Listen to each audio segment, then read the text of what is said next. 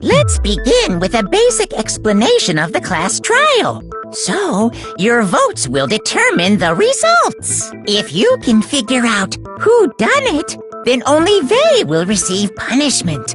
But if you pick the wrong one, then I'll punish everyone besides the blackened, and the one that deceived everyone else will graduate. Now then, to begin with... We already know who did it! Was that? It was Hiro. He does not have an alibi for when the murders took place, and we found him in that suit. Don't try and deny it! You killed them! I didn't! Someone knocked me out! I was asleep the whole time! I don't know anything about it! Shut your murdering mouth, murderer! Who are you calling a murderer? I am sorry to say, Hiro, but we do have evidence. Blueprints for the suit. Parts we assume were used to build it. And all of it was found in your room. You have to admit, the evidence is quite compelling. It points to you as having created the suit and wearing it while committing crime after crime. How many times do I have to tell you? I don't know! I don't know!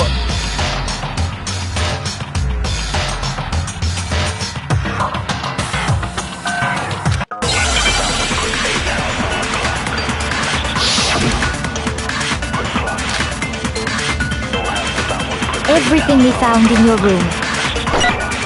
The blueprints, the suit parts, they are... No, it's wrong!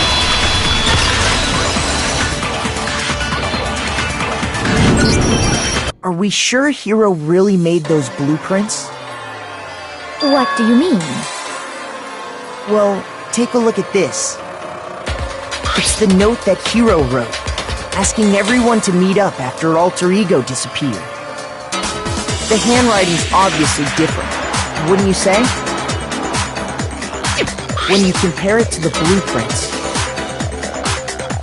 There's no way you could think the same person made both of them. Unless that person made it a point to disguise their handwriting. No, the differences are bigger than that, I think. Come on! I'm not smart enough to think of trying to change my handwriting anyway. So Makoto, are you saying you don't think Hiro's the culprit? And he is not the only one. I think Hiro is innocent as well. Then who was in that Robo-Justice suit? Is it like Hiro said? Was there really someone running around in a second suit? The suspicious individual hidden within the suit. Go ahead, Makoto. Tell them who it was. So? Who was in the Robo-Justice suit? I got it! Other than Hiro, I can't think of anyone else it could have been. Obviously, he was the one in that particular suit, and we never found any kind of second suit. Then there can be no doubt. Hiro is the prime suspect. That doesn't make any sense! You just said Hiro didn't do it! It makes perfect sense. Hiro was the suspicious individual in the suit, but he's not the culprit. So what you're saying is... That's right. The culprit in this case has nothing to do with being in the Robo-Justice suit. What? Now that's a bold assumption! And what reason do you have to make such a statement? You do have a reason, yes? Of course. But before we get to that, there's something else we need to clarify first. So let's get that out of the way. Hey, stop trying to boss us around! All things have a proper order. So what is it? What needs to be clarified? We must clarify the method of transportation for Taka's lifeless body. It would seem that his corpse was moved using certain particular items. Makoto, can you tell us what they were?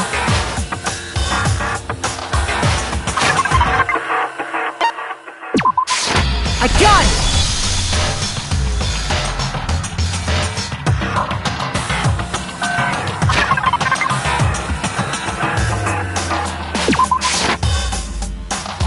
Shoot!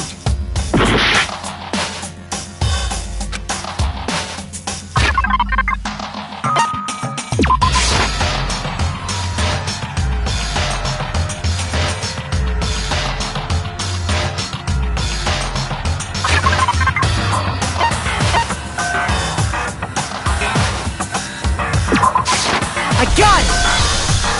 They were a dolly and a tarp, right?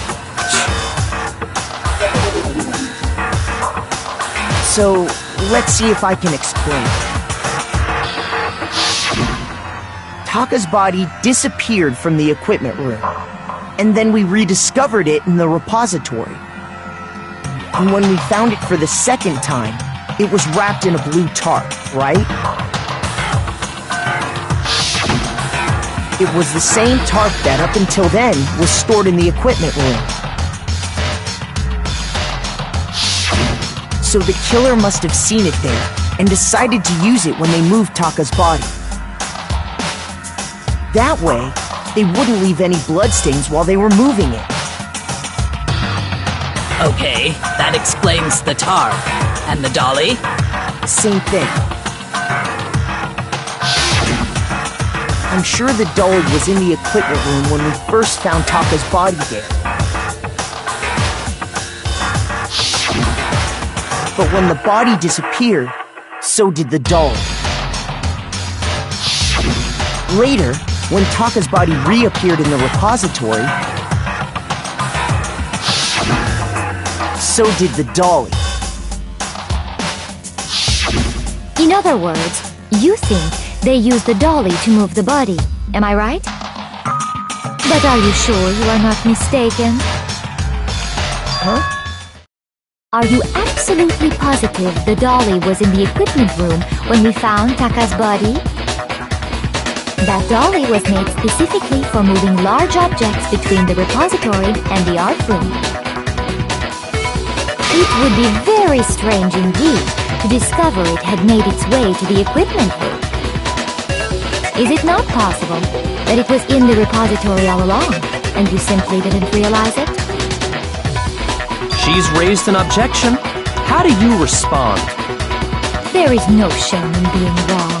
Nobody expects much from you anyway. We have all accepted the fact that you rarely understand what is going on around you.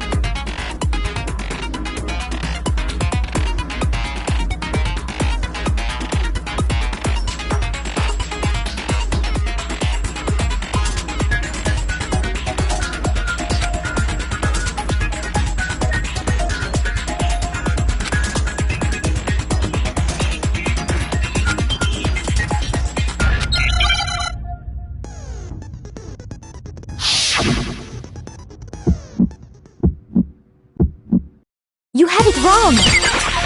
I cannot agree! You are a fool! So pathetic! Lies will get you nowhere! Do your worst! Away with you! You miserable wretch! I cannot agree! You are a fool! Lies will get you nowhere! Do your worst, you miserable wretch! You have it wrong! I cannot agree! You are a fool! So pathetic! Lies will get you nowhere! Do your worst! Away with you! You miserable wretch! I cannot agree! This should prove it!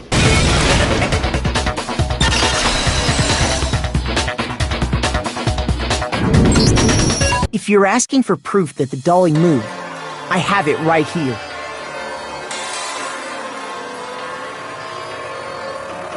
When I found the dolly in the repository, one of the wheels had a blood stain on it. There was a pool of blood in the equipment room with a tire mark in it that matched the dolly wheel's tread. The killer probably rolled the dolly through the blood on accident as they wheeled the body out of the room. And as the blood dried on the tire, they moved the body into the repository. So there's my proof that the dolly was used to move Taka's body.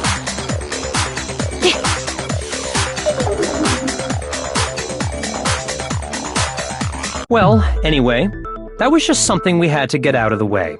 Let's get back to the main subject. Yeah, the subject of how Robo Justice didn't do it. Because if it's not a killer robot, then what kind of robot is it? I'm not sure that really matters. I'd be happy to explain why the occupant of the suit couldn't possibly be the killer. If you look back on how the body was transported, it will become immediately obvious.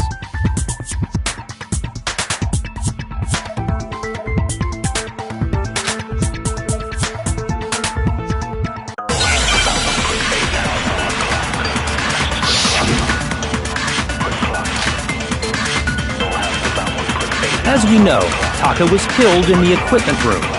And from there, the body was moved to the repository, correct? Yeah, the culprit wrapped the body in the tarp, then loaded it onto the dolly and wheeled it off, right?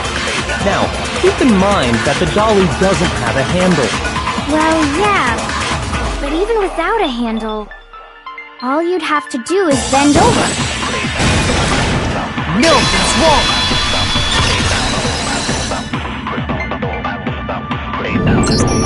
You're absolutely right that you could push a dolly without a handle if you stoop down low.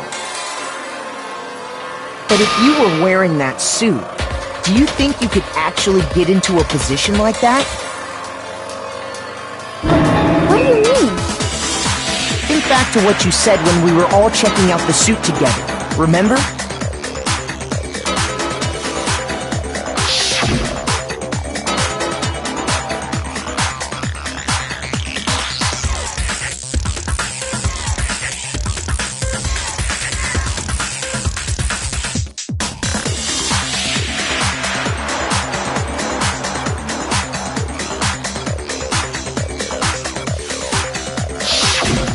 When you're in that suit, not only can you not see your feet, but you can't even bend at the waist.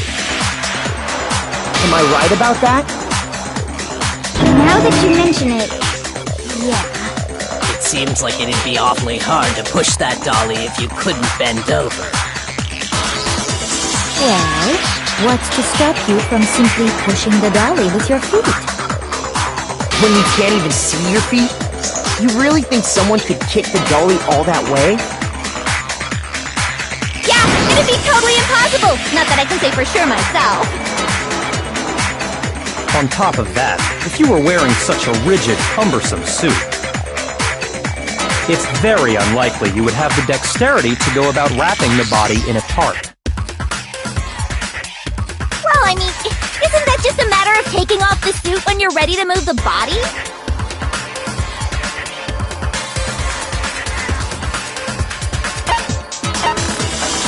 Got it! I don't think taking off the suit was an option. If you remember...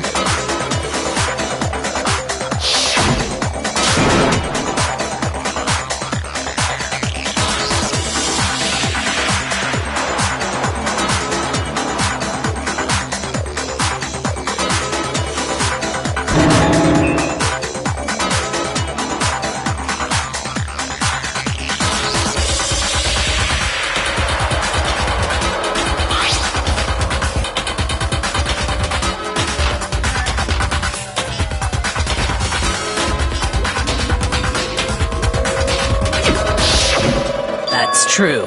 It seems impossible to put the suit on or take it off without help. Then, you really can't take it off by yourself? Hiro wasn't just making it up? Of course I wasn't making it up. If he could have gotten it off by himself, I don't think he would have let us see him wearing it. Showing up in the suit was basically an invitation for everyone to suspect it. Yeah, that's right! So, it's really, really true that Robo-Justice couldn't have moved the dolly? To be clear, whoever did move the body, it couldn't have been Hiro in the robot suit, correct? No, wait. Just a second, if you please. Have you forgotten about the picture that I took? You all got a good look at it, did you not? The image of Hifumi being dragged away by Robo-Justice? If whoever was in that suit is not the culprit, how do you explain that? Besides, do you remember what the now deceased Hifumi said?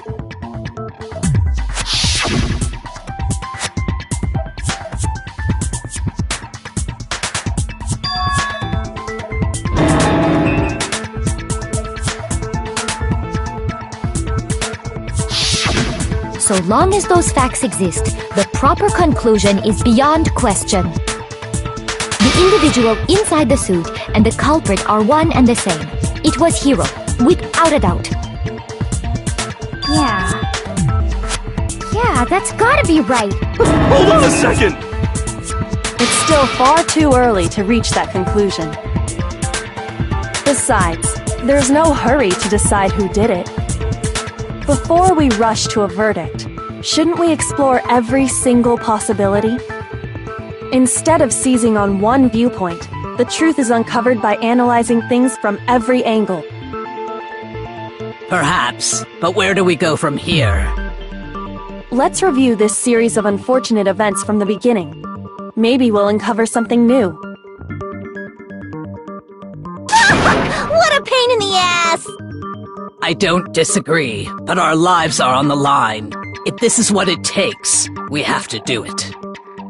Plus, maybe we'll get to find out where the heck Kyoko was when everything went down. All right then, let's take another look back at what happened. I suppose we could start with this morning. 4 of us gathered together in the dining hall. Makoto, Hina, Kyoko, and myself. We waited there for quite a while, but nobody else showed up, so we went to look for everyone. That was around 8 a.m. And as soon as we split up, Kyoko went missing. Soon after that, Hina found Celeste in the rec room and quickly came to get Makoto and me. It seems I was unconscious for about an hour after I was attacked by my mystery assailant. I know it was an hour because I remember being attacked a little after 7. That was when we saw Celeste's picture and discovered that her assailant had been wearing a strange costume. As it turns out, it was Robo-Justice. It also soon became clear that this same Robo-Justice had abducted Hifumi. We were soon joined in our search by Byakuya and Toko, and then went on to find Hifumi in the library. He was injured, so we took him to the nurse's office and resumed our search for the suspect. But not long after leaving the nurse's office...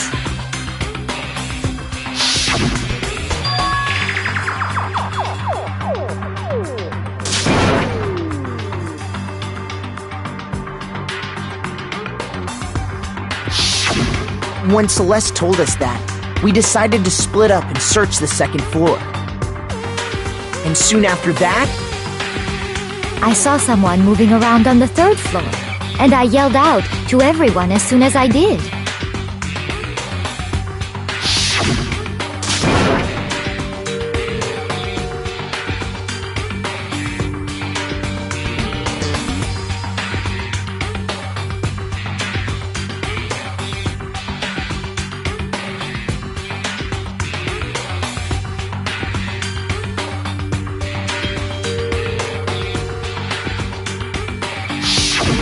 And then...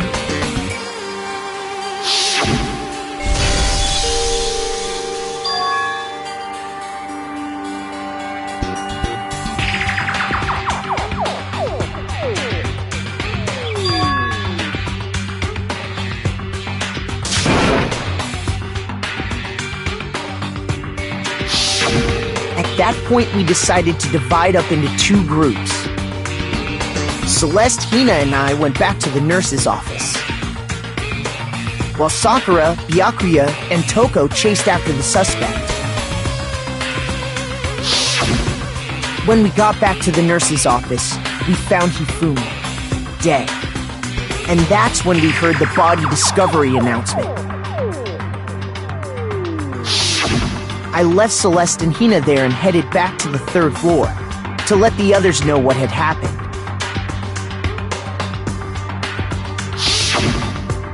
Meanwhile, we had just discovered Taka's body in the equipment room. We must have found both bodies at almost exactly the same time, because we heard the same announcement not long after we discovered his body. And that's when I told you guys about Hifumi. Then the three of us headed for the nurse's office. But right after we left the physics lab, we ran into Celeste, who'd arrived after us, and she told us something very surprising.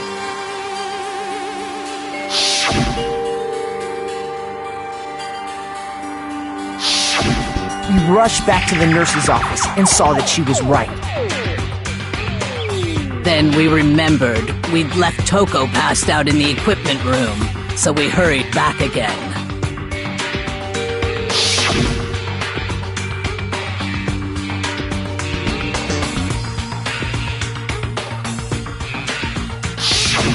But when we got there, we discovered that now Taka's body had also gone missing. Next thing we knew, we were searching the school for two missing dead bodies. And after some time... Celeste informed us that she'd found the bodies, and we all headed to the repository, which is where we rediscovered the corpses.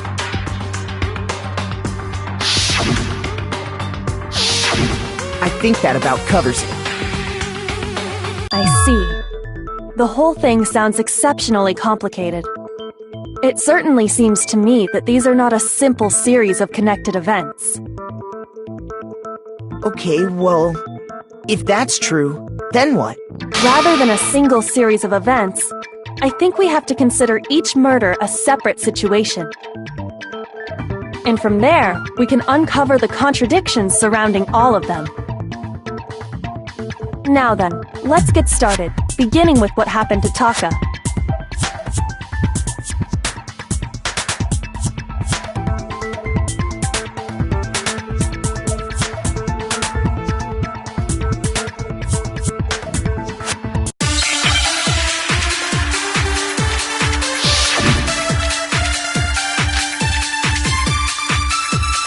So, regarding Taka's death, I wonder if he died before Hifumi, or perhaps it was after?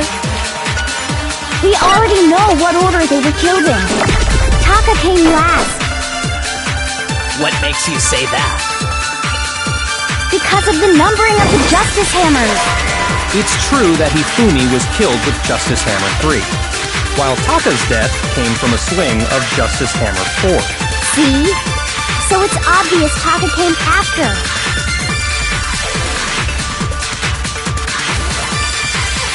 So, regarding Taka's death, I wonder if he died before Hifumi, or perhaps it was after? We already know what order they were killed in. Taka came last. What makes you say that? Because of the numbering of the Justice Hammers.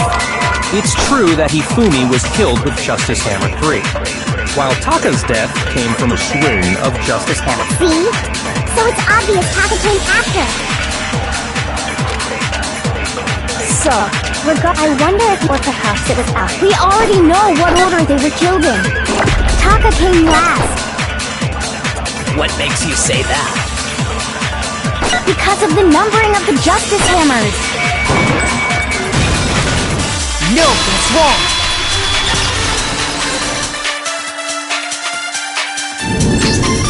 Hold on. There's no reason to assume that the hammers were used in the same order as their numbers. If anything, That's just another way the killer tried to disguise their actions. So you're saying the culprit wanted us to think the hammers were used in order, but in reality, Taka was killed before Hifumi? Okay then, let's see the proof.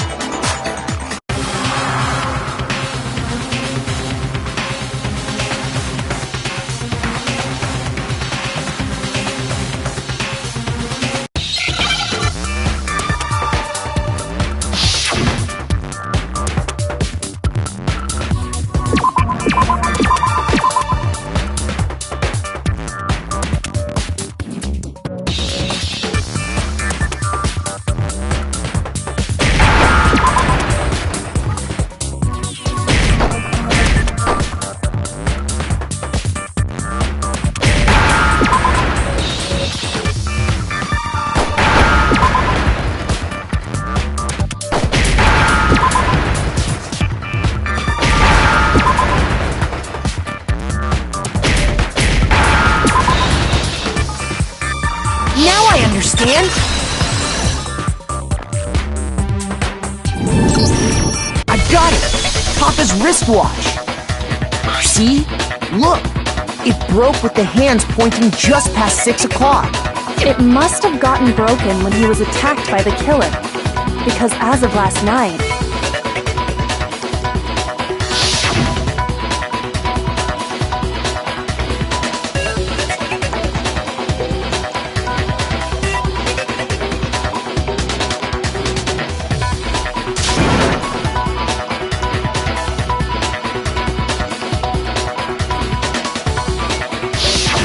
so if it wasn't broken after 6 last night, then he must have been attacked around 6 this morning. And that would be his official time of death. But if that's true, then he was killed well before Hifumi. And before Celeste was attacked this morning, which happened around 7. That's right. Taka was killed before any of the other incidents took place. That simple fact slipped past all of us. We made the wrong assumption about the order of events, all because of those justice hammers. That's exactly why the culprit wrote the numbers on each hammer and had them increase in size. That way, when we saw how they were used in each incident, we'd easily make that wrong assumption. Now, if Taka was killed around 6, then everyone's alibis for his murder go out the window. Because when he was killed, we hadn't met up in the dining hall yet. That may be true in the case of Taka's murder. But all of our alibis still hold true for Hifumi's death. That's right. With him, at least, we're all safe.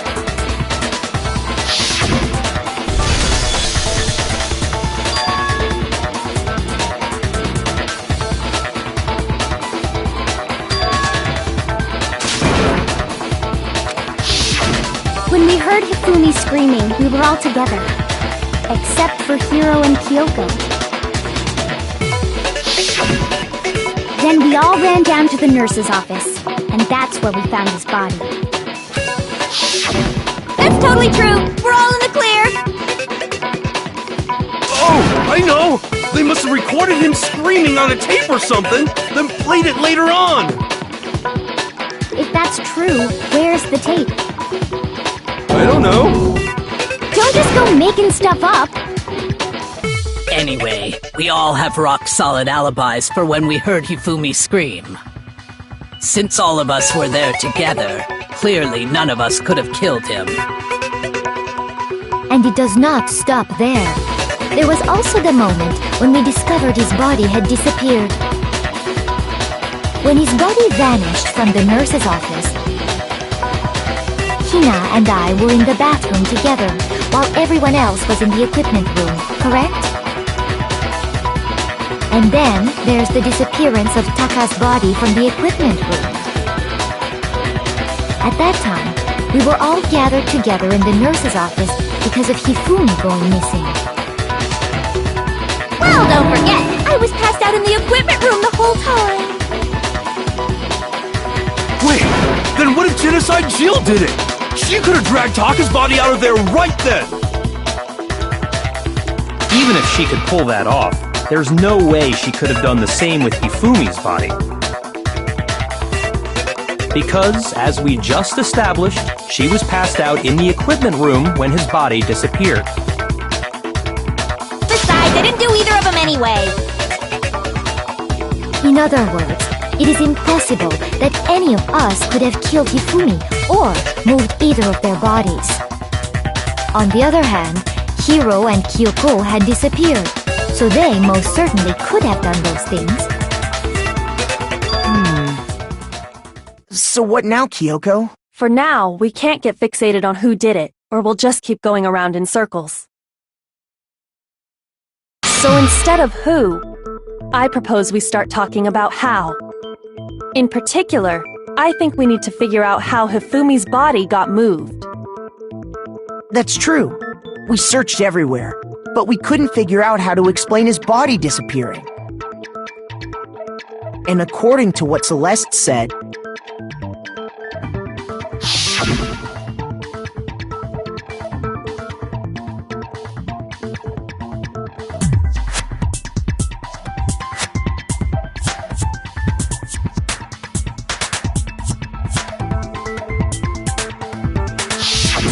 his body apparently disappeared in the 1 minute her and Hina took their eyes off of it.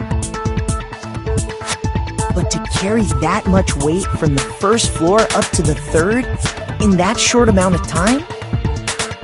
Oh man, yeah! There's no way! It'd be impossible! Well, what if I told you there was a way to make the impossible possible? What? How? If the dead body were to move itself. The dead body moved on its own? No! Not another... ghost! I don't think it has anything to do with the occult. I think what she's implying is... we thought Hifumi was dead, but perhaps in reality he was still alive.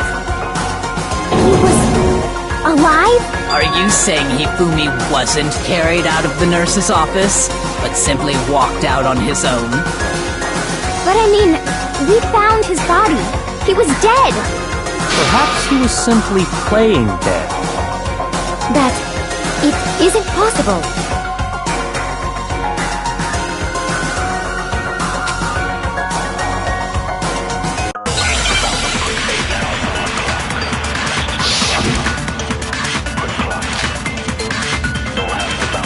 Are you saying that when we first found Hifumi in the nurse's office, there's a chance he was actually still alive?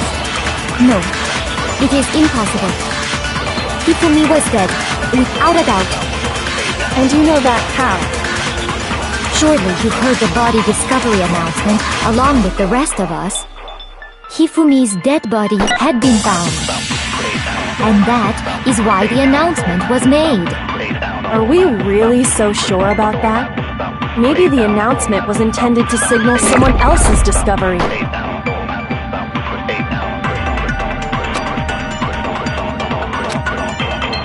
Are you saying that when we first found Hifumi in the nurse's office, there's a chance he was actually No, Hifumi was dead, and you know that. Surely you heard the body discovery announcement along with the rest of us. Hifumi's dead body had been found. no, it's wrong!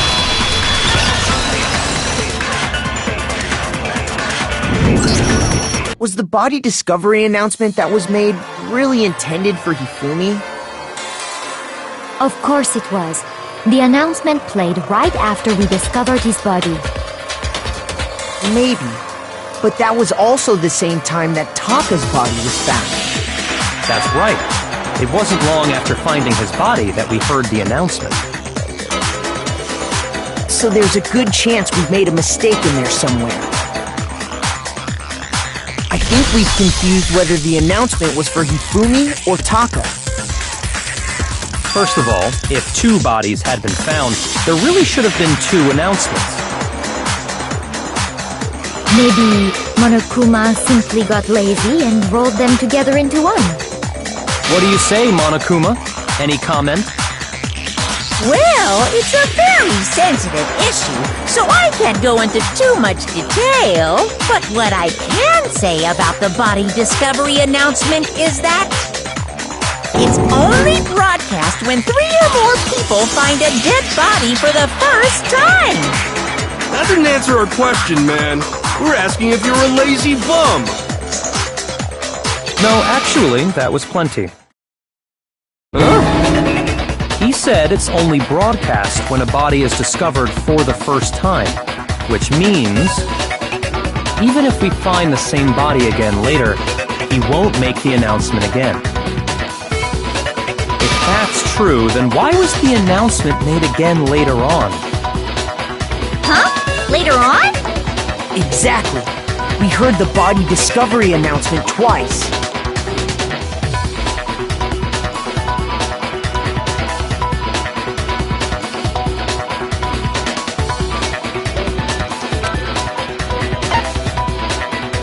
I got it! We heard it a second time in the repository, when we rediscovered the 2 bodies.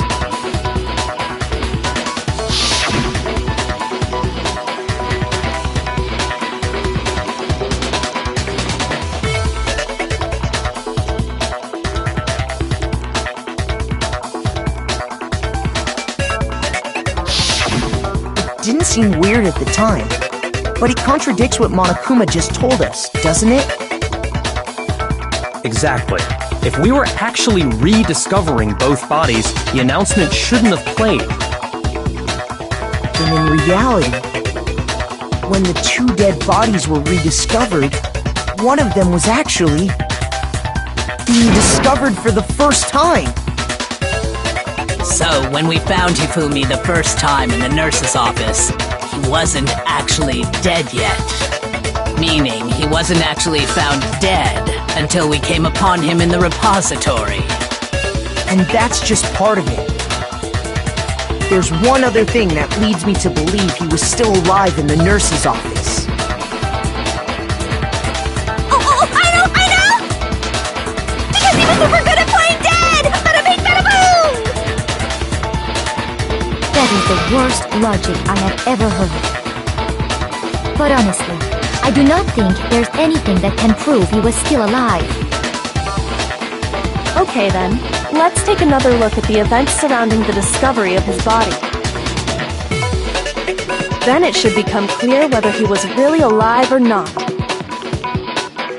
This whole thing is pointless.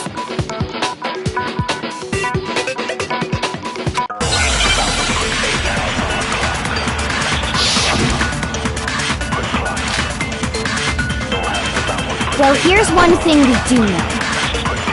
The first time we found Hifumi's body was in the nurse's office. And then, while me and Celeste were in the bathroom, his body disappeared. And the next time we saw his body, it was in the repository. But when you compare his body before being moved and his body after being moved, other than the change in how it was positioned, there was no notable difference. No, it's wrong!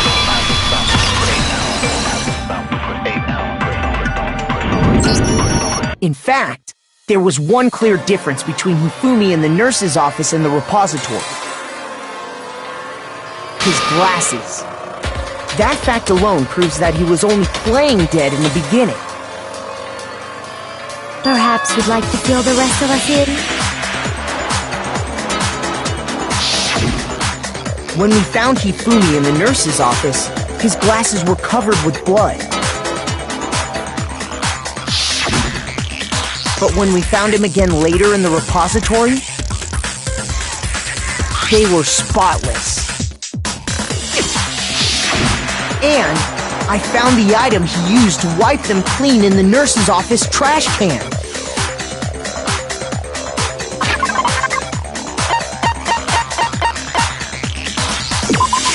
I got it! It was a glasses cleaning cloth featuring a certain cartoon mascot. One look at the bloodstain on the cloth should make things clear. This piece of cloth was used to wipe Hifumi's glasses clean. And the mascot on the cloth is the same one that's on the digital camera, right? And whose digital camera was it? Hifumi's, of course. The character was Princess Piggles from Demon Angel Pretty Pudgy Princess, I think.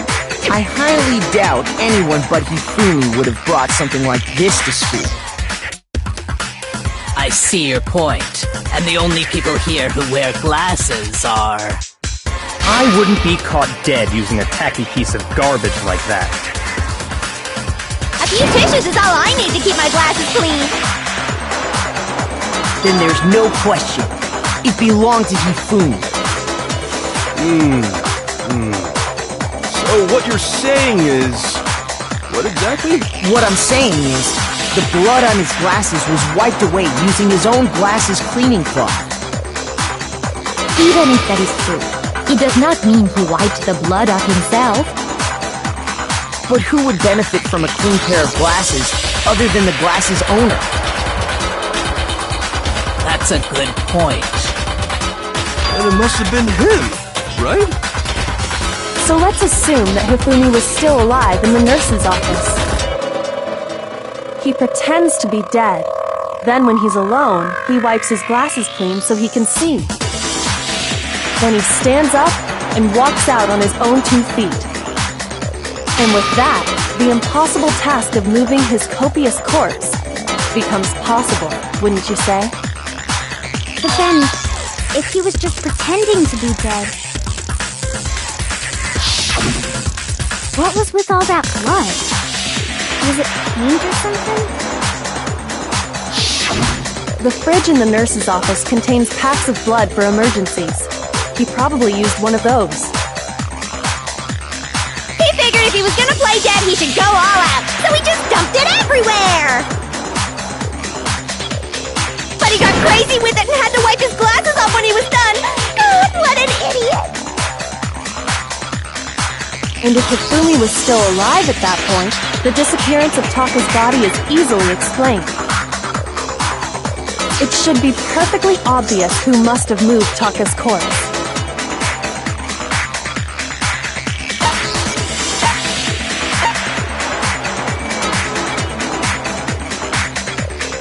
I got it! It could only have been Hifumi. While we were all gathered in the nurse's office, he went to the equipment room and took Taka's body. That also explains how the door to the repository got locked. The door was locked? Well, after the bodies disappeared, we all went looking for them, right? So me and Sakura headed for the repository. But when we got there, the door was locked. And the repository door can only be locked from the inside. Which means, when Hina and Sakura got to the repository, someone was already inside. And it could only have been Hifumi, who just finished stashing Taka's body there. He convinced us all he was dead, and when he saw his chance, he dragged Taka's body to the repository. So, Hifumi wasn't just another... He was one of the assailants. But that means he took part in the murders. I just can't believe it. If you're having trouble, would you like me to show you one more piece of evidence? There's more? Oh, absolutely. The single biggest fact pointing to his involvement has yet to be revealed. You know what I'm talking about, right, Makoto? The item he took off of Taka's lifeless body?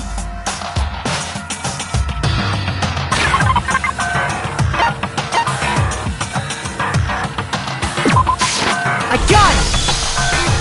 You're talking about the note Hifumi had hidden away, aren't you? Hidden note? That's right. We found it stuffed in his pants. What? In his pants? Yes, his pants. Okay, well, forget about the pants for now. Take a look at what the note says.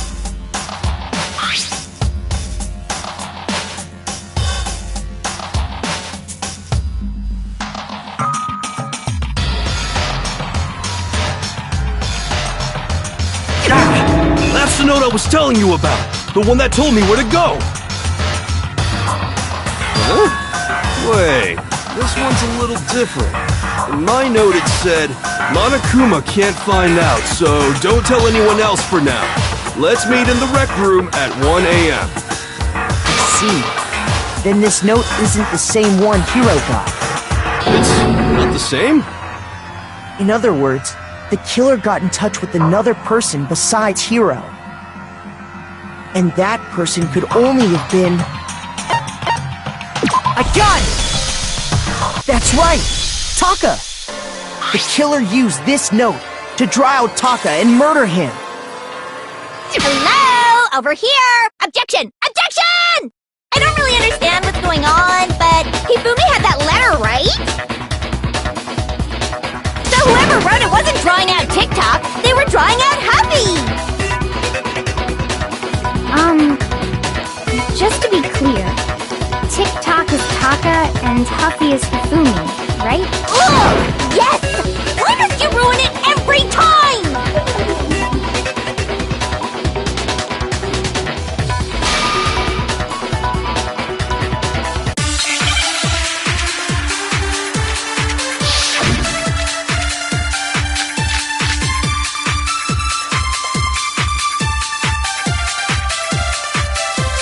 Huffy had the note, right? Then the person it was intended for must have been Huffy! But remember what the note said. What time did it say to meet? 6 a.m., I believe. The time doesn't matter! The note has nothing to do with TikTok! No, it's wrong!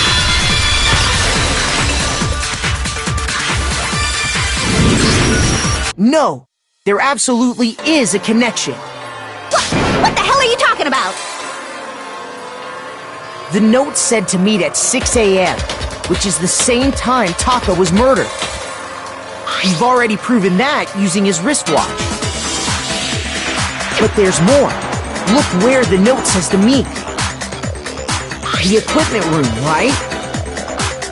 Which is where Taka was killed. I see.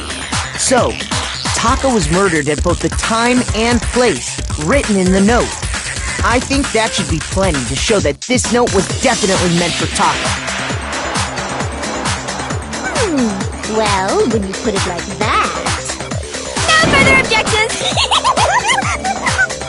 Then someone used that note to trick Taka. Just the same as me. The culprit really is a cold-blooded monster. Telling people they found a way out. But if they gave the note to Taka, what was Hifumi doing with it? Stuffed down his pants, no less! Most likely, Hifumi stole it off Taka's corpse after he died. He stole it? Where's your proof? Go ahead, show us.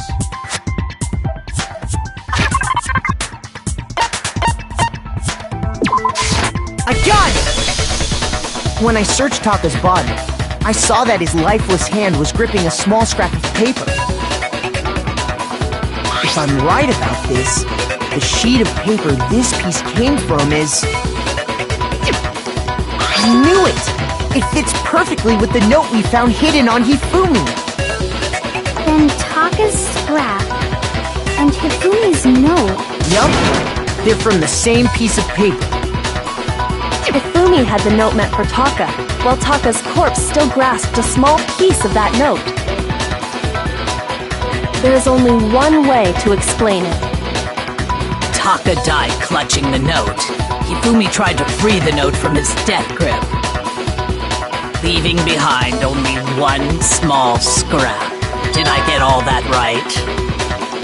That means Hifumi knew the note was important. Exactly. Which proves that he was an accomplice in the murder. Whoa. Yeah. After seeing all this, Hifumi was super involved in this whole thing for sure. In fact, he was behind the whole thing.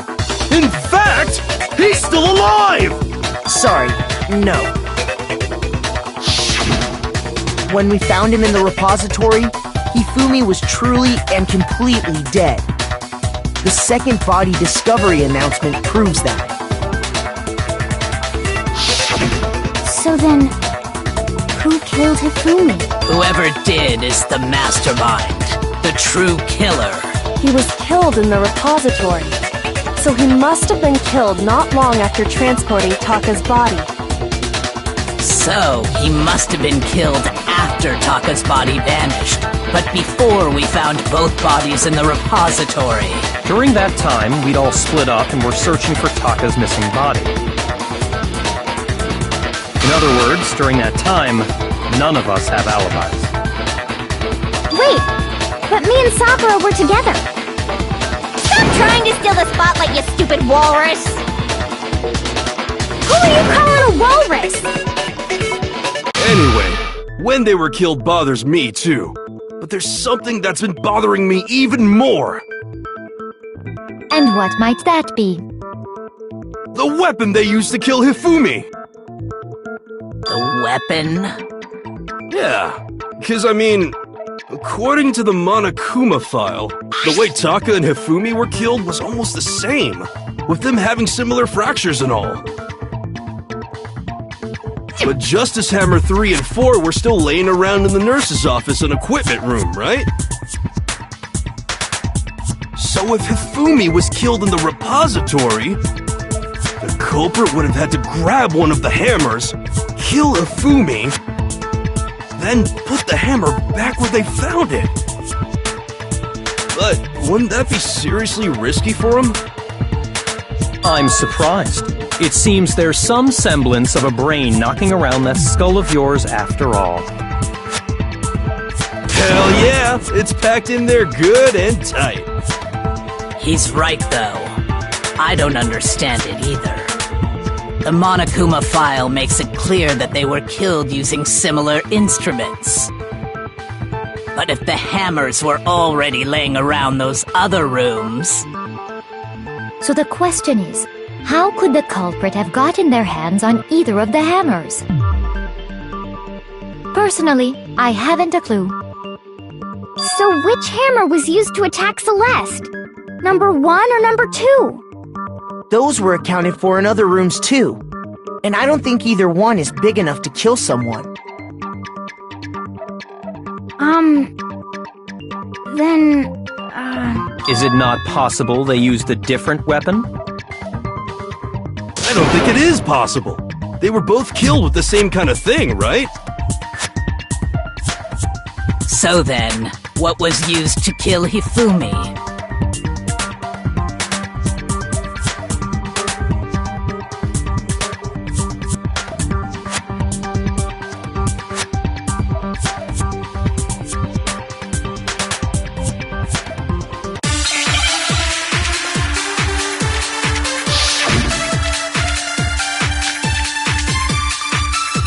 What was used to kill Hifumi?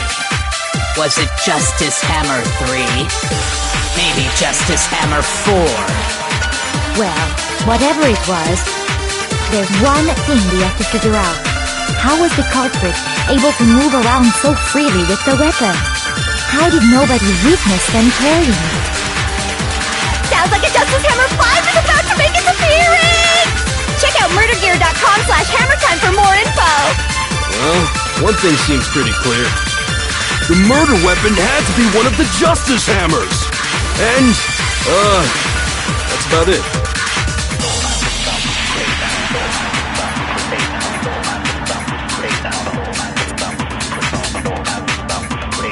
What was used to kill Hifumi? Was it maybe Justice? Well, there's one. How was the culprit? How did nobody... Sounds like a Justice. Check out murdergear.com. Well, one thing seems... The murder weapon had to be one of the Justice Hammers! No, it's wrong!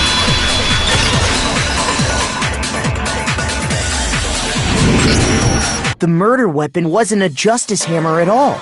No, it was something completely different. But, seriously? A different weapon?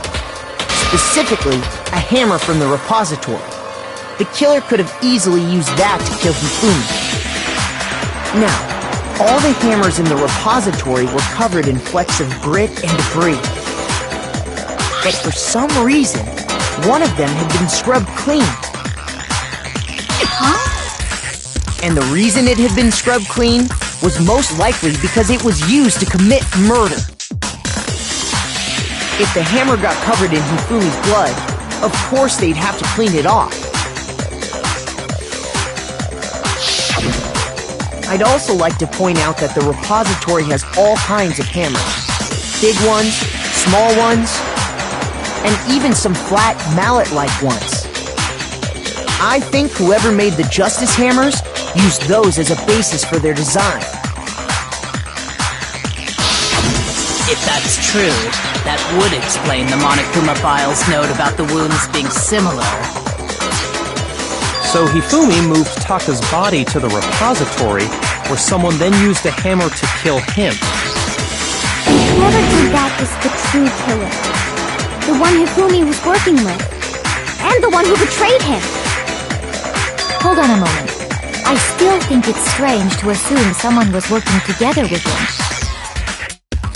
The way the graduation rule works, there is no benefit to helping someone else carry out a murder. So the idea that anyone would work together like that is simply ludicrous. We talked about this, did we not?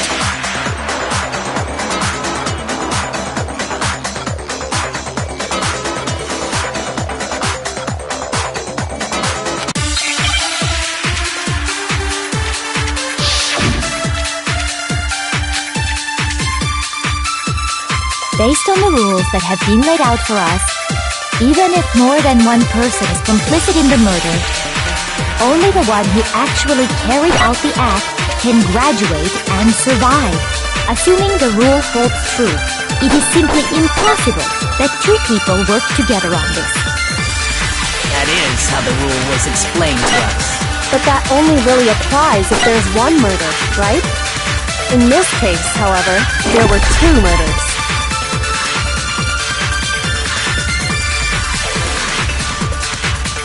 Based on the rules that have been laid out for us, even if more than one person, only the one who actually carried out the act can graduate and survive, assuming the rule holds true.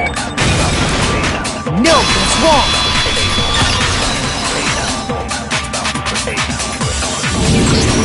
Since there were two murders, it's at least plausible that more than one person was involved. What do you mean? If there'd only been one murder, then yes, the idea of an accomplice isn't really worth considering. Naturally, if only one person can be saved per murder, an accomplice has no risk versus reward benefit. Risk versus reward benefit? The payoff for working together. The reward that balances out the risk of taking part in a scheme. There's no point in being someone's accomplice if there's no benefit to you. However, if there were some potential mutual reward for the risk, then cooperation becomes possible.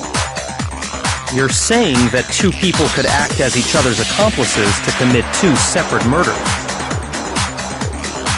I think that's what the true killer told Hifumi. They would each have an accomplice for their crime. And based on the case's events, Hifumi would have been the first one to act, murdering Taka. They made him carry out the first murder so he couldn't back out of helping them later on. So in this case, there wasn't one single person committing multiple murders. Instead, each person killed someone, creating two separate incidents. And it only looked like one person because that's how the true killer designed it to look. A single suspicious individual, a similar weapon used in each crime, disappearing bodies. By creating one seamless set of circumstances, they made it look like one person was behind it all. The mastermind picked their target and managed to convince him to go along with their plan. And then, to avoid the no accomplices rule, they simply killed their accomplice. Which, if true, means that betraying Hifumi was part of the plan from the very beginning. That's just awful! How could anyone be so cruel? You think so? I can't help but admire its cunning. Still, their choice of accomplice seems odd.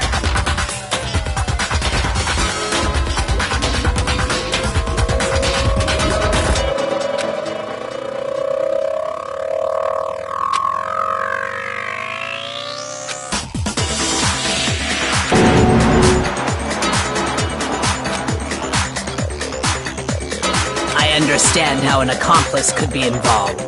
But then, who was the one pulling Hifumi's strings? That's problem numero uno right now!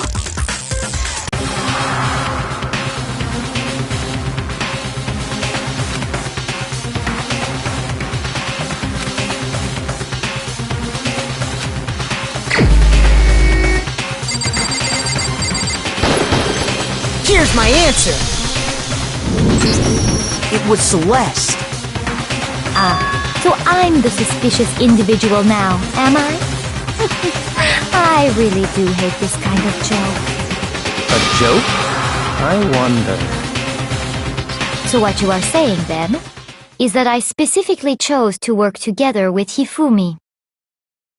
The idea that I would choose to spend any amount of time interacting with him, that I would go within 10 feet of that shit from brain-fat, lazy, worthless, goddamn idiot!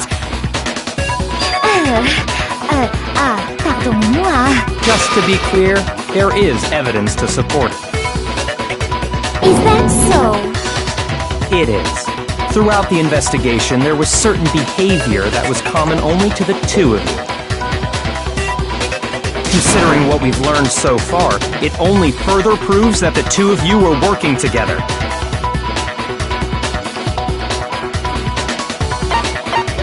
I got it! The behavior they had in common has to do with the suspicious individual in the suit, doesn't it? The only ones who ever actually saw Robo-Justice firsthand were Celeste and Hifumi. Shush, the adults are talking now. Sorry. As he said, only Celeste and Hifumi ever laid eyes on the costumed individual. If we accept that Hifumi was one of the culprits, we can't help but suspect what Celeste has said as well. Are you saying everything they told us was a lie? After taking Hifumi to the nurse's office, we all began our search for this individual, correct? And not too long after that, do you remember what Celeste said?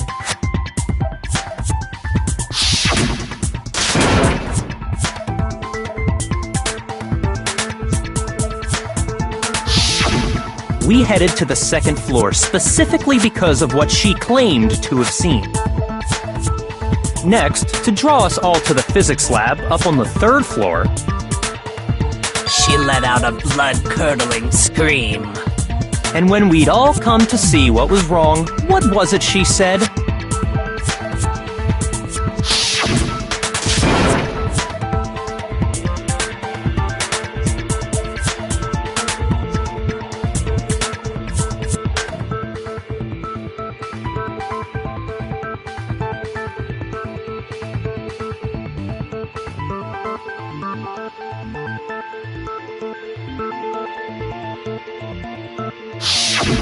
Once she'd done her job of getting us all up to the physics lab, it was time for her partner to get to work.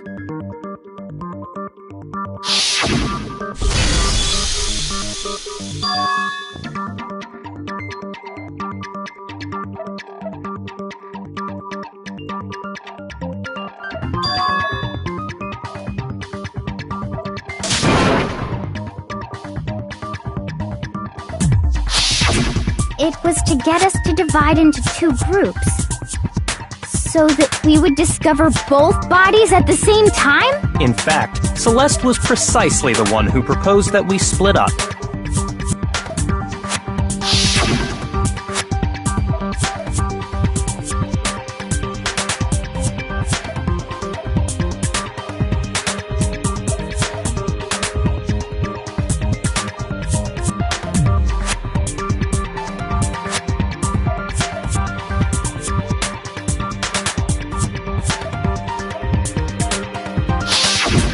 Well, if Celeste and Hifumi were working together, all those chance events suddenly become connected. And on top of that, that piercing cry of yours early on.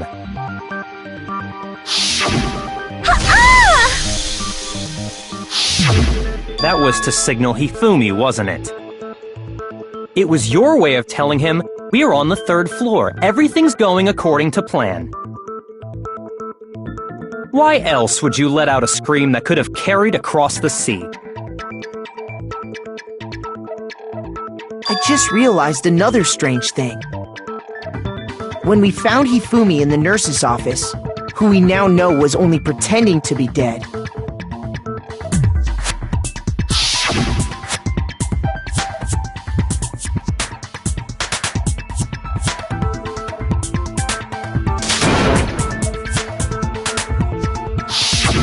Celeste, you were the first one to say he'd been murdered. You wanted to make sure we wouldn't have any doubt in our minds. I don't believe it! Everything, the whole thing was one big act! Hina, you were with Celeste when Hifumi's body disappeared, right? Yeah. I was feeling kinda sick, so Celeste took me to the bathroom. Wait! Then that was... She wasn't worried about you. She just saw a chance to help Hifumi sneak out of the nurse's office. Each piece isn't much by itself, but start putting them together and the picture gets very ugly indeed. Wouldn't you agree, Celeste? I have no idea what you mean. Don't bother trying to deny it. You made one fatal mistake. Oh, did I? I didn't even catch it myself when you first said it, but looking back, I can say that that one little slip-up was your undoing. What are you talking about? I'm talking about what you said after Hifumi's body disappeared and we returned to the nurse's office.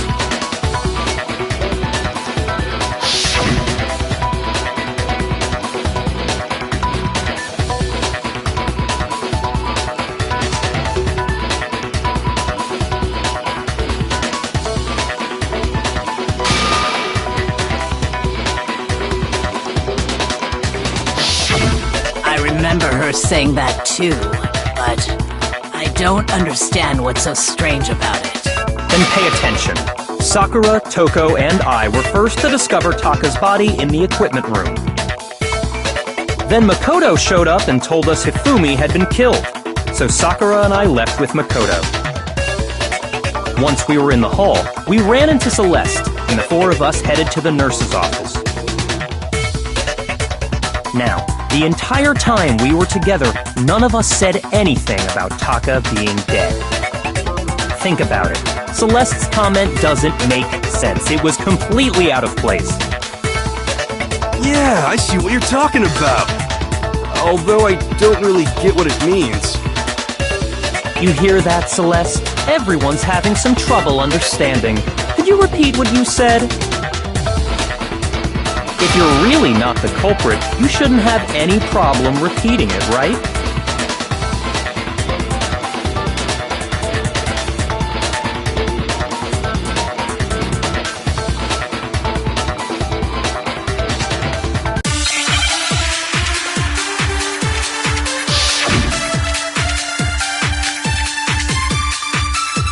All I said was, they must really be enjoying this.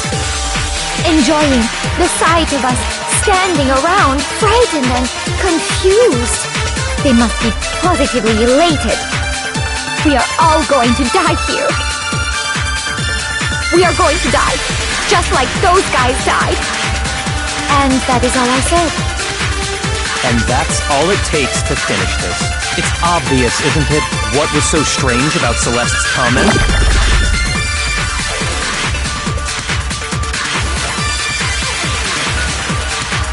All I said was, They must really be enjoying the sight of us. They must be positively, we are all going to die here. We are going to die, just like those... Milk and swamp!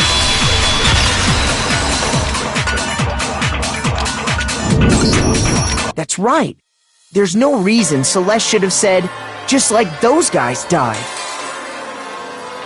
When she said that, none of us had told her Taka was dead. Exactly. And we didn't run into her until after we were all out in the hall. So there was never any chance for her to have seen his body in the equipment room for herself. So how did you know, Celeste?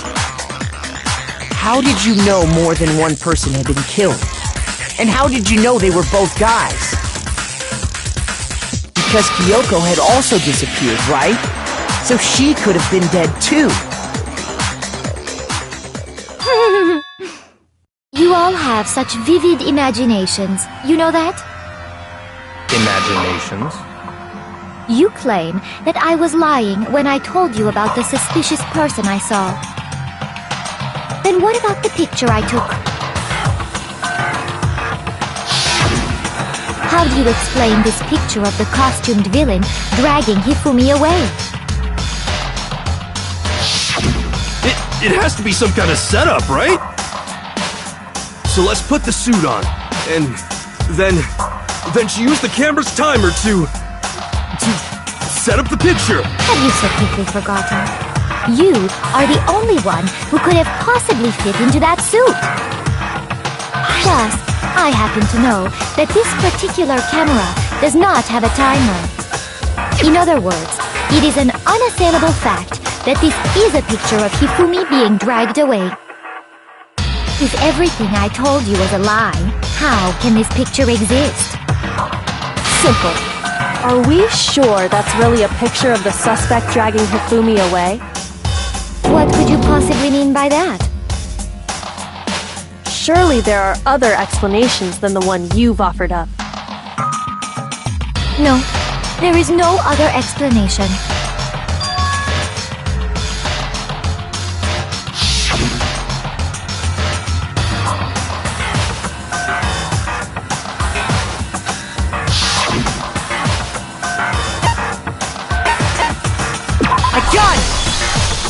It's not a picture of the suspect dragging Hifumi away.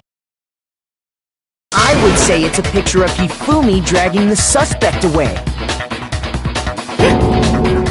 That's certainly within the realm of possibility. The one being dragged off in that picture isn't Hifumi, but the person in the robot suit. We've simply been led to believe that it's the other way around. And the strange costume might only exist to lead us astray even farther. If you saw someone wearing something like that in this situation, of course you'd notice and be suspicious. That's what happened! You put me to sleep and made me out to be the bad guy in all this!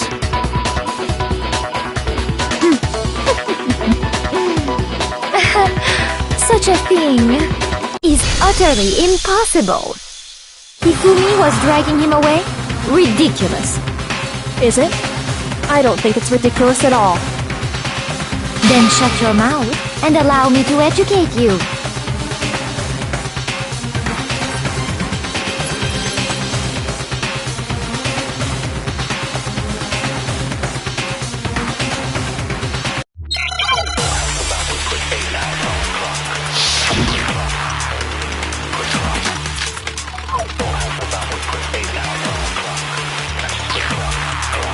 Dressed me up in that suit after I passed out.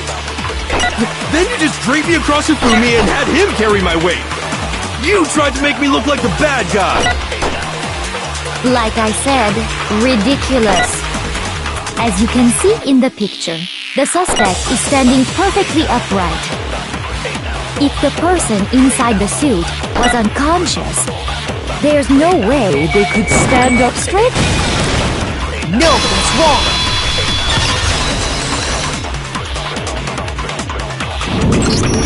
No. Even if the person inside the suit were unconscious, they could still stand up like that. Because that Robo-Justice suit had a certain characteristic.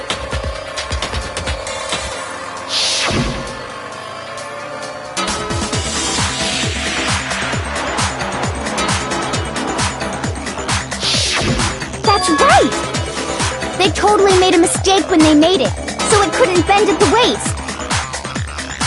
I'm not so sure that was a mistake. I think the suit was designed from the beginning to be used the way it was. Celeste and Hifumi took the suit they'd specially designed and stuffed Hiro into it. That's how they were able to fake that whole thing. The point of it all was to make us believe whoever was in the suit was to blame. Well then, I suppose this is checkmate. Checkmate?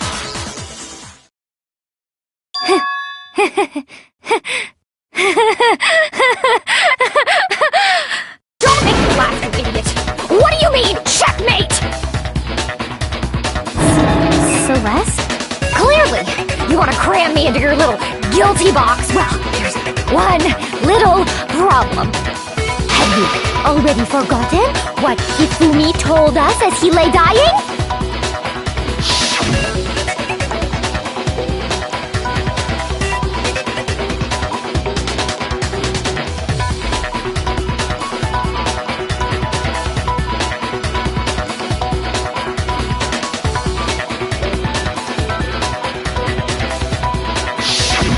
When we asked him who had attacked him, his answer was quite clear, was it not? He said, and I quote, Yasuhiro. In other words, Yasuhiro Hagakure! Wait, but my name isn't really Yasuhiro! It's actually Taro! Your confusing statements don't make any sense. You're only making things more complicated. He did say Yasuhiro, but are we sure he was really pointing the finger at Hiro? What the hell are you talking about? I'll burn you alive! Kyoka, what do you mean by that? Think back to how Hifumi used to talk to us. How did he refer to each of us? I got it! That's right! Our last names! He called us all by our last names! Exactly. I know I heard him say Mr. Naegi more than once, for example. So if Hifumi did mean to say Hiro's name, he would have said his last name, Hagakure. I'm sure it was just incidental. By chance, his first name. Indecent? Don't talk. Random chance. Now isn't that a convenient explanation? No. There's no reason to think he would have said the name any different than normal. But he must have run out of energy before he could say any more. So Hifumi was trying to tell us the last name of whoever killed him? But the name he said doesn't apply to anyone here. Well, no. Hold on. There's one person it could apply to, and that's Celeste. She never actually told us what her real name is. What did you just say? To think you'd take your false accusation so far, I don't know whether to laugh or spit! Come on! Enough with your idiotic blather! Yasuhiro is a loser's name! Do I look like a loser to you? Well, do I? What? I think I've earned the right to be a little on edge. Okay, then fill us in. What's your real name? Make sure your ear holes are wide open and listen up! My real name is Celestia Ludenberg. Could you please stop making me repeat myself over and over again?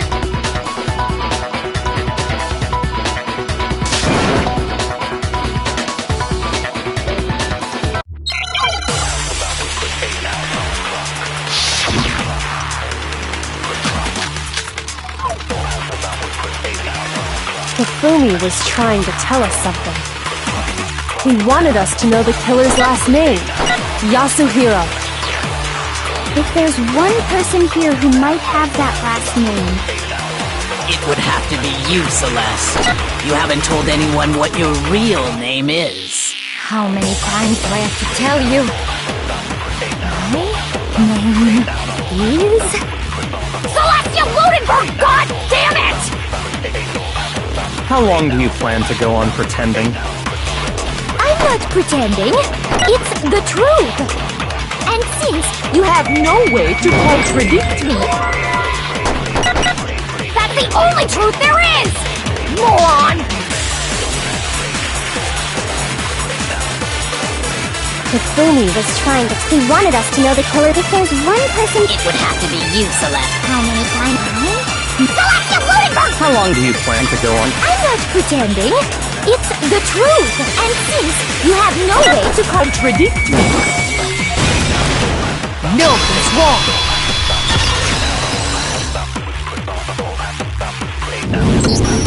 That's it! The handbook! What? Anytime you turn your handbook on, it shows the owner's name when it boots up, right? Monokuma told us all about it before.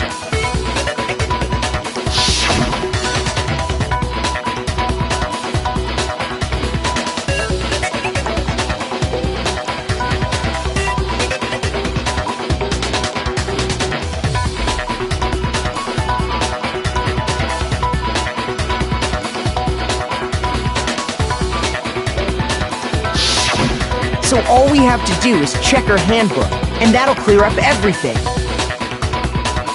That's how we can find out Celeste's real name.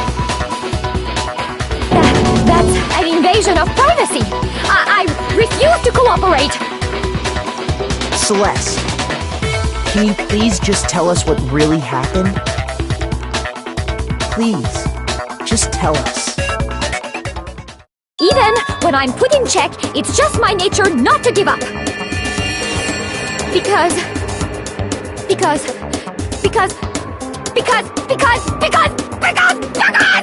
until the game's over, you never know what might happen. Fine then, let me settle it. Let me go over the case again, from the beginning, and shed light on all your crimes. And that'll bring everything to an end.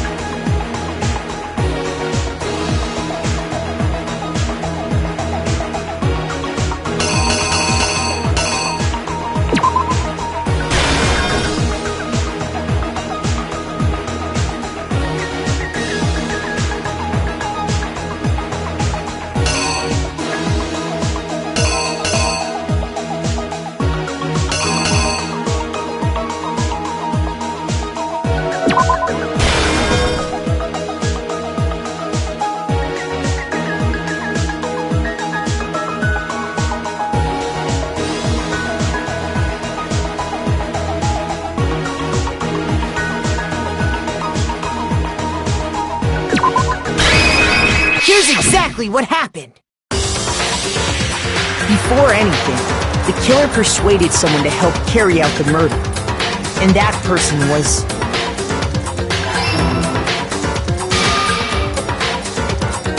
Hifumi. With an accomplice, the killer was able to execute a number of otherwise impossible schemes.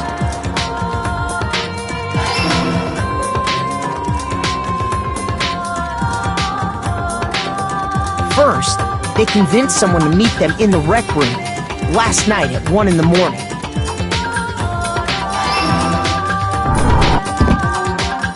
That someone they met with was Hiro. The murderous duo intended to pass Hiro off as the prime suspect. So when they met up with him, they drugged him, knocked him out, and stuffed him into the Robo-Justice suit.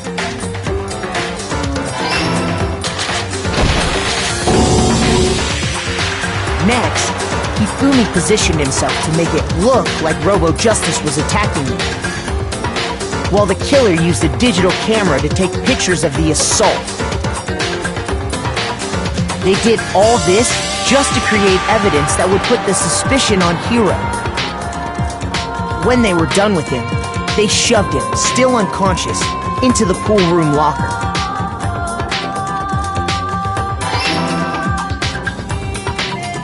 And then finally, at 6 a.m., they moved into the murder phase of their plan. They called Taka to the equipment room.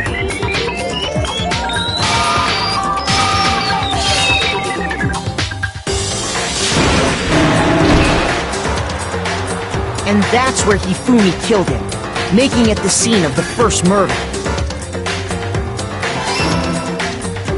The murder weapon was Justice Hammer 4, which was left there in the equipment room. The reason Hammer number 4 was used was to create confusion about the order of the crimes. So, next they falsified 2 more assault incidents. For these attacks, the killers pretended to be the victims, to solidify Robo-Justice as the suspect. The first fake incident was the attack in the rec room. There, the killers wanted us to see Justice Hammer 1 and the Robo-Justice pictures they'd taken. They wanted to make sure we bought the surprise attack story. The second fake incident was the attack in the library. This time, they planted Justice Hammer 2 and an injured Hifumi to sell us that story. With these 2 incidents, the killers were able to create a certain preconception in our minds that the suspect was increasing the size of the hammers and attacking people in order as they did. We fell right into their trap and started looking for the suspect based on that, but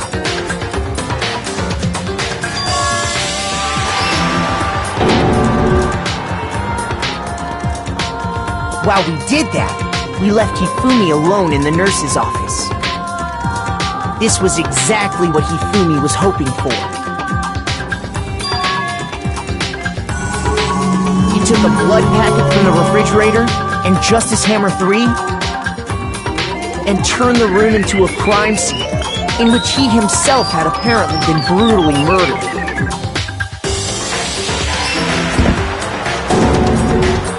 He let out a scream to draw us back, and when we returned, that's what we found.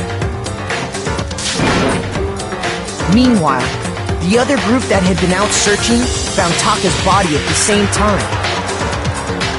So when we heard the body discovery announcement, we naturally assumed it was for Hifumi. We left the nurse's office, and Hifumi once again took advantage of the situation. He simply got up and made his escape. When we learned his body had disappeared, we all rushed back to the nurse's office. And once again, Hifumi had the chance he was waiting for. This time, he snuck into the equipment room.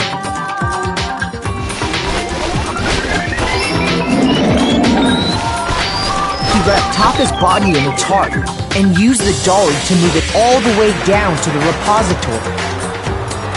That explains how each of the bodies disappeared. But even Hifumi didn't know what the true killer had in mind for their final act.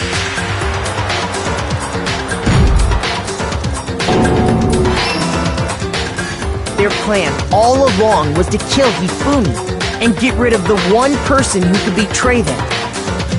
And they did it using an ordinary, everyday hammer from the repository. That should cover everything that happened in this case. And the villain behind it all is...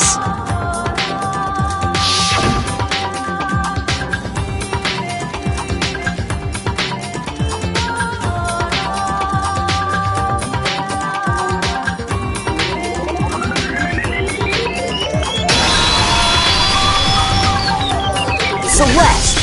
Sorry, you lose. I lost? When was the last time I was forced to utter such words? They hang heavy around my neck. Then you admit it? You're the killer? Listen to you, trying to take charge, as if you're my private instructor. I, Celestia Ludenberg. Actually, no, Taeko Yasuhiro is fine. Taeko? So, you finally accepted it. I'm the kind of person, once I've lost, I don't like things to drag on. Interesting.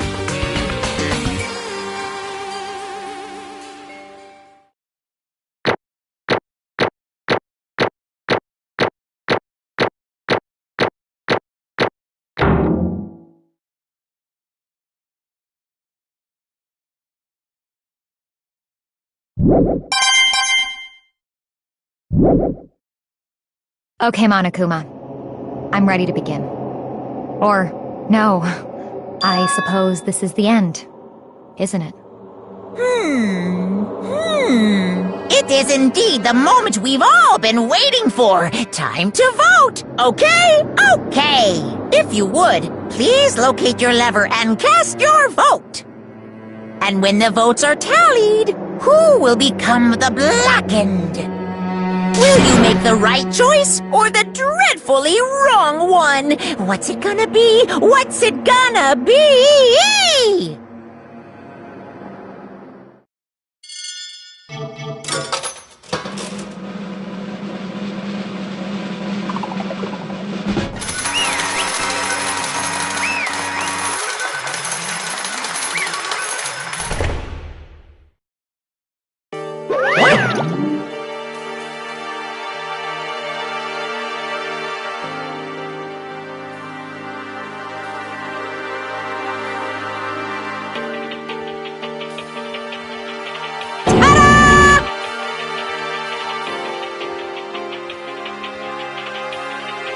Honestly.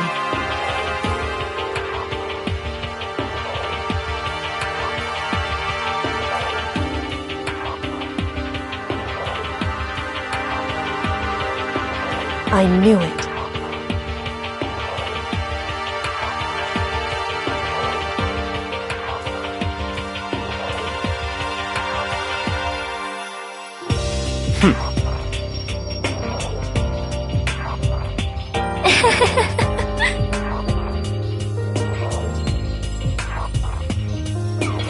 So then...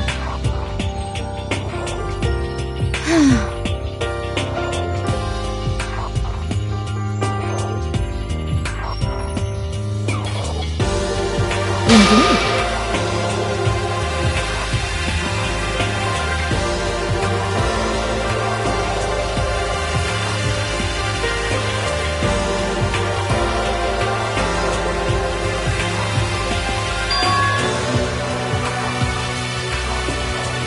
Say what? Just a second.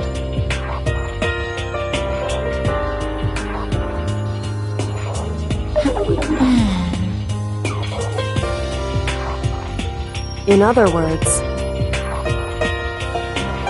Indeed. I see.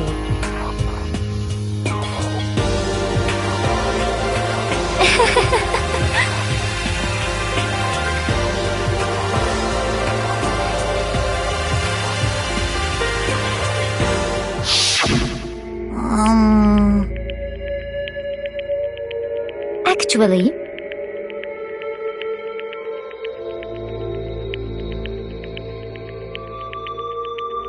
What? are you okay with this? So then,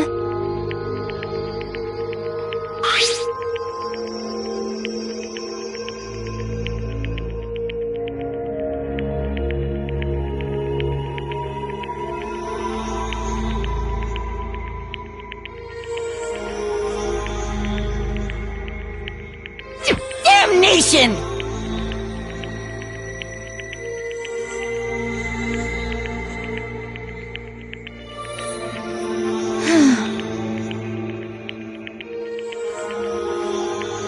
Say what? as for me,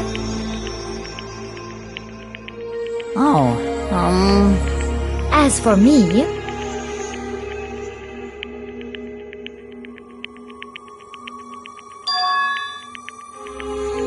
What?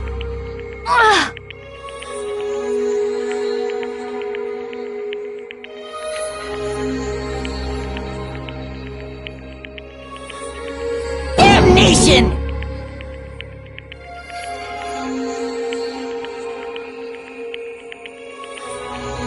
Say what?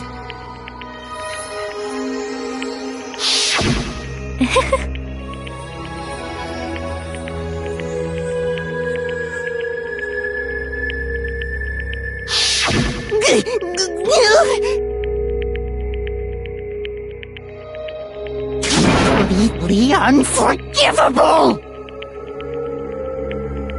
most unfortunate.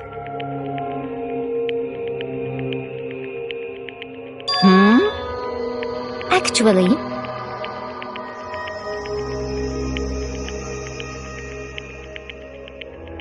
What?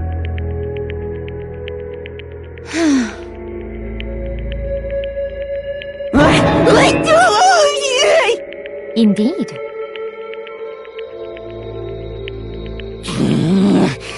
This is unforgivable! Completely unforgivable! Honestly,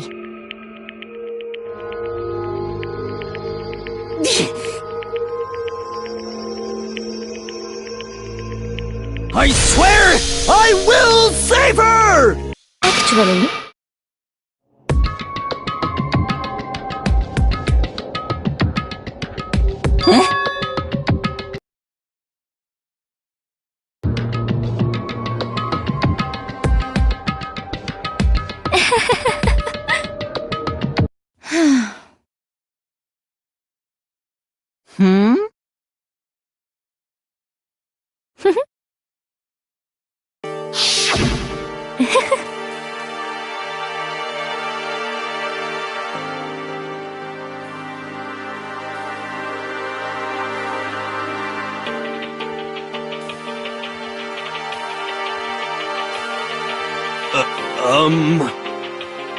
I see.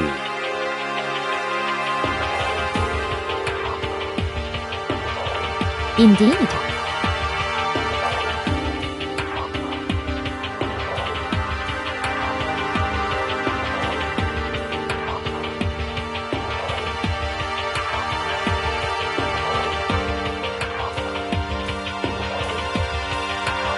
But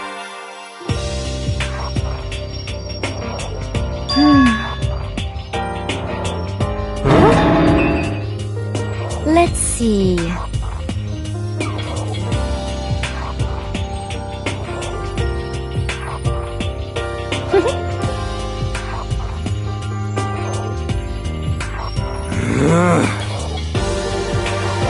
Well,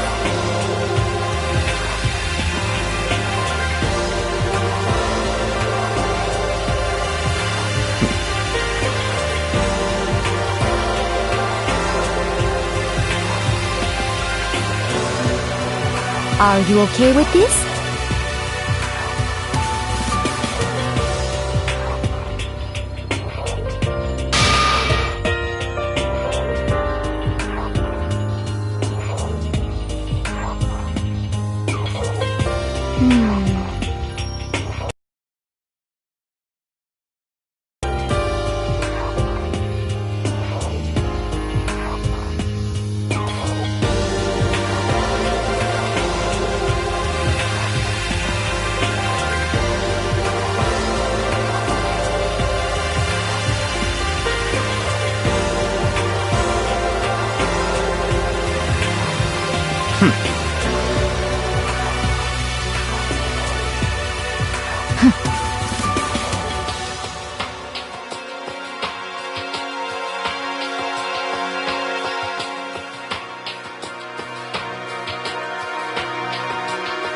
So in the end,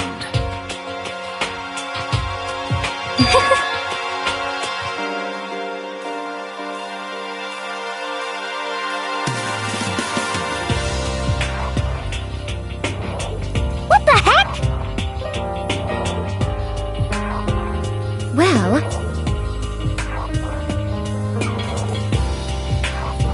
Don't be mean! I wonder about that.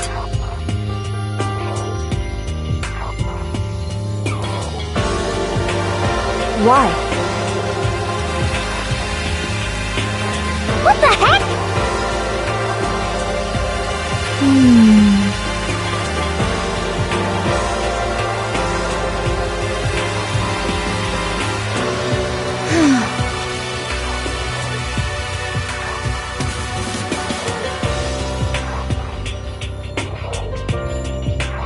But...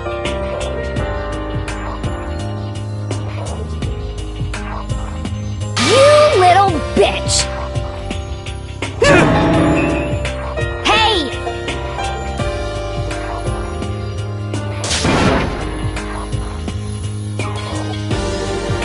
You little bitch!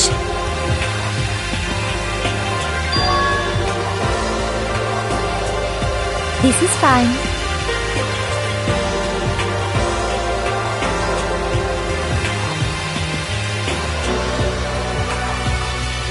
Honestly.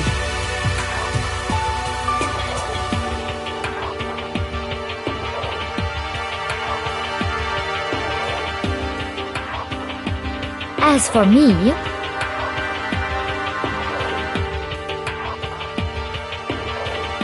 isn't it wonderful?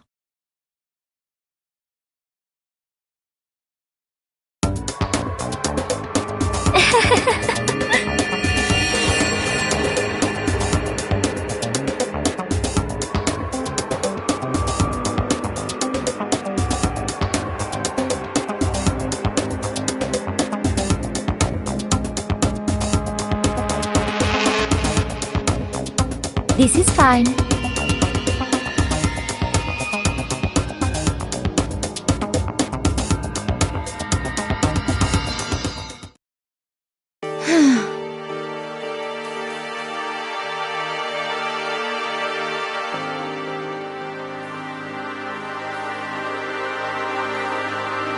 There is nothing to be done.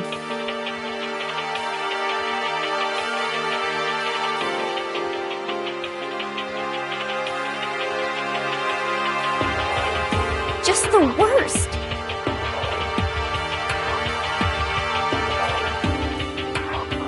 Oh!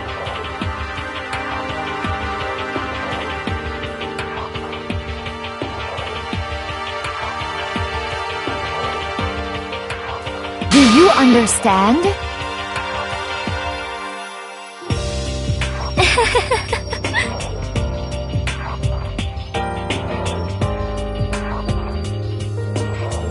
What is this?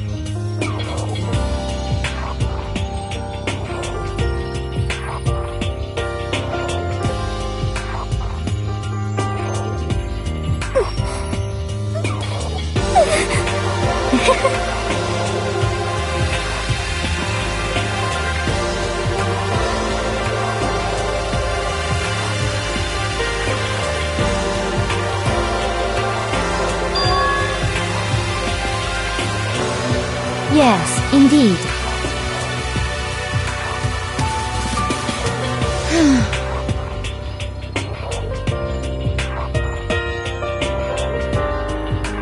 Isn't it wonderful?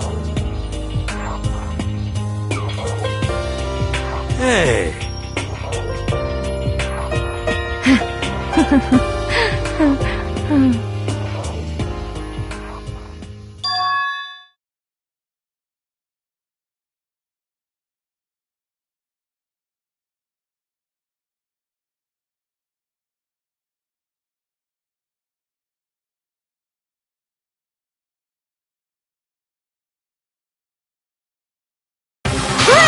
chills, kills!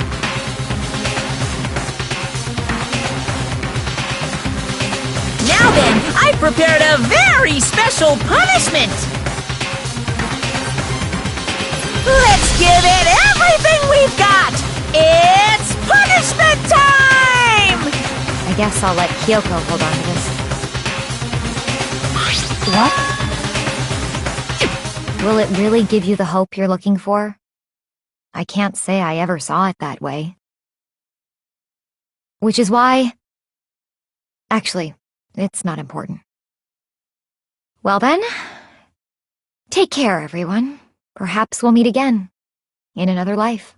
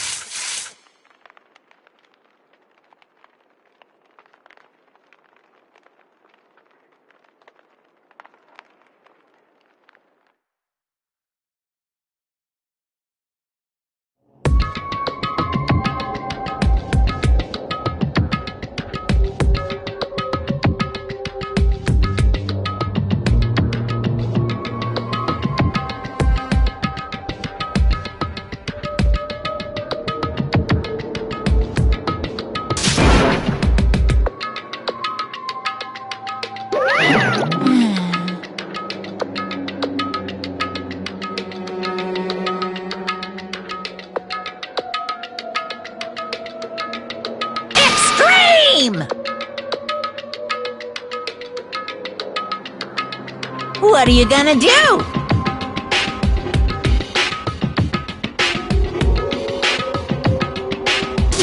Let me out of here!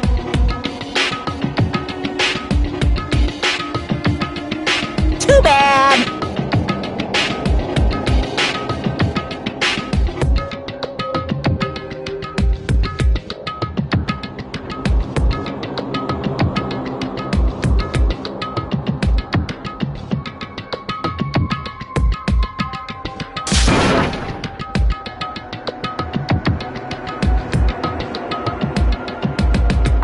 How strange.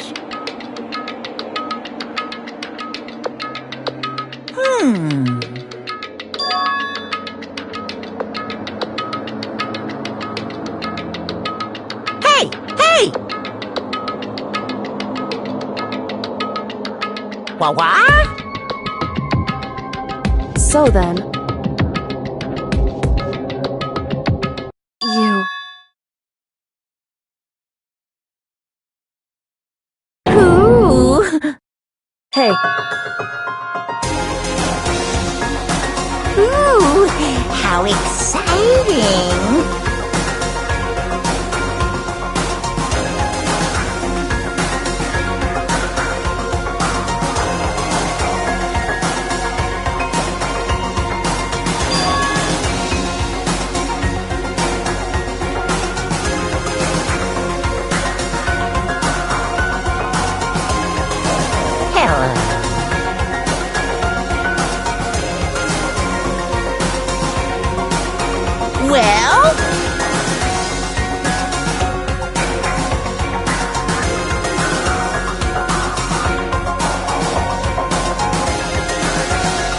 See ya later!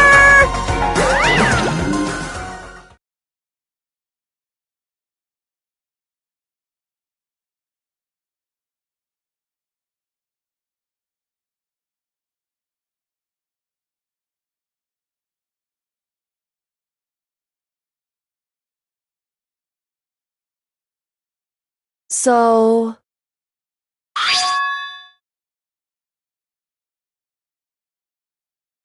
Huh?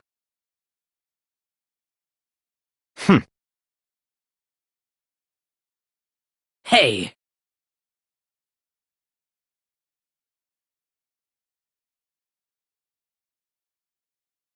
Indeed.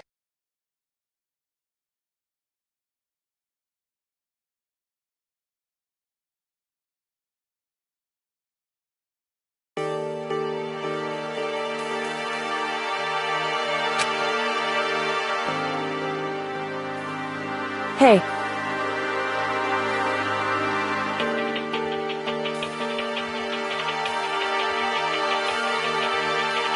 What? so...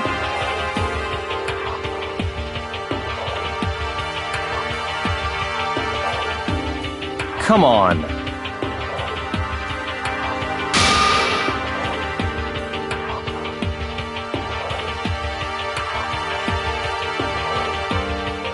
What?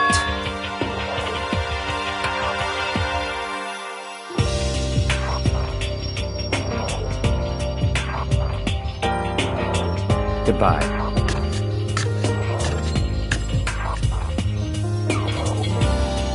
well then. Yo!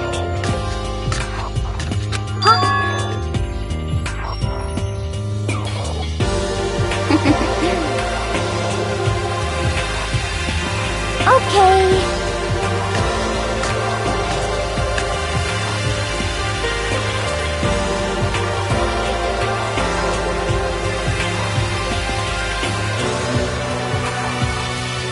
Shall we go? So then...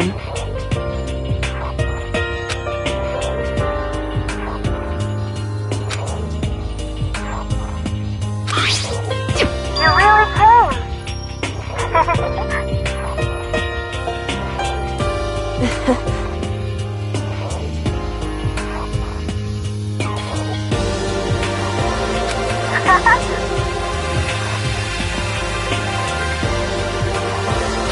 So...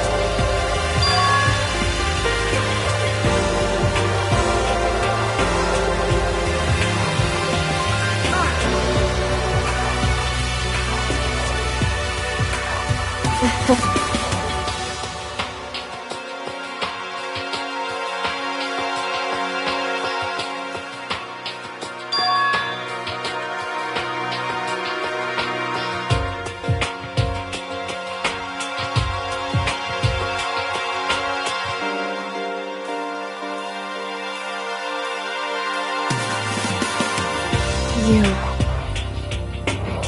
However...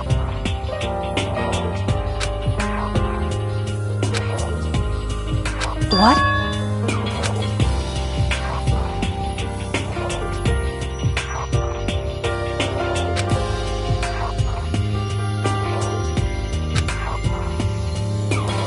Indeed.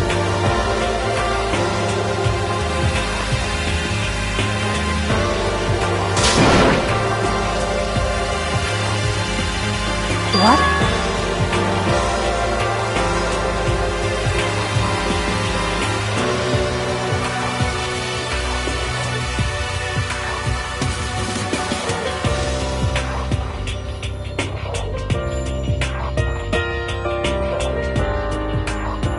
It's true.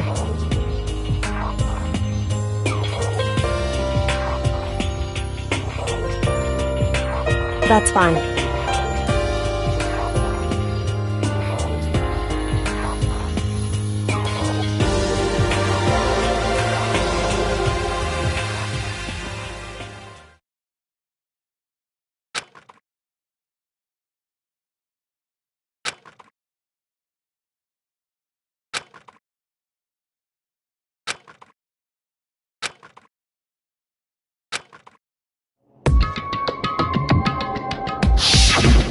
Correct.